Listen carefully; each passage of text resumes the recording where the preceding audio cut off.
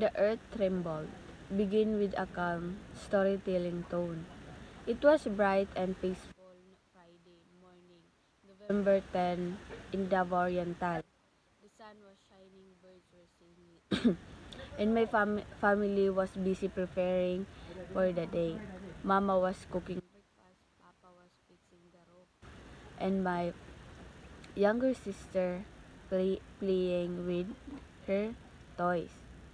Then, Poe's lower voice, the ground began to shake. At first, I thought it was just a passing truck, but then the floor started to move. The walls began to crack, and Mama shouted, "Everyone outside!" We ran out of the house, holding on it to each other as the ground trembled beneath our feet. I could hear people screaming, dogs barking, and things crashing everywhere. The earth was roaring so louding it felt like it would never stop. Pause, take a deep breath as if remembering.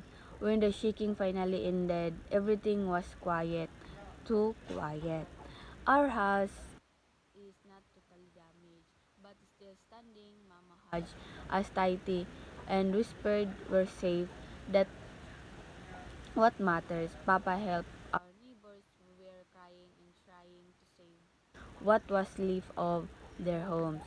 Despite the fear, everyone was helping one another, sharing food, water, and comfort. That night, we stayed outside under the sky. There was no electricity, only light of the moon, stars, and flashlight.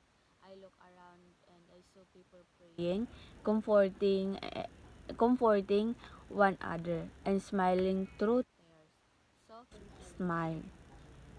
That when I realized even when the earth trembles, our heart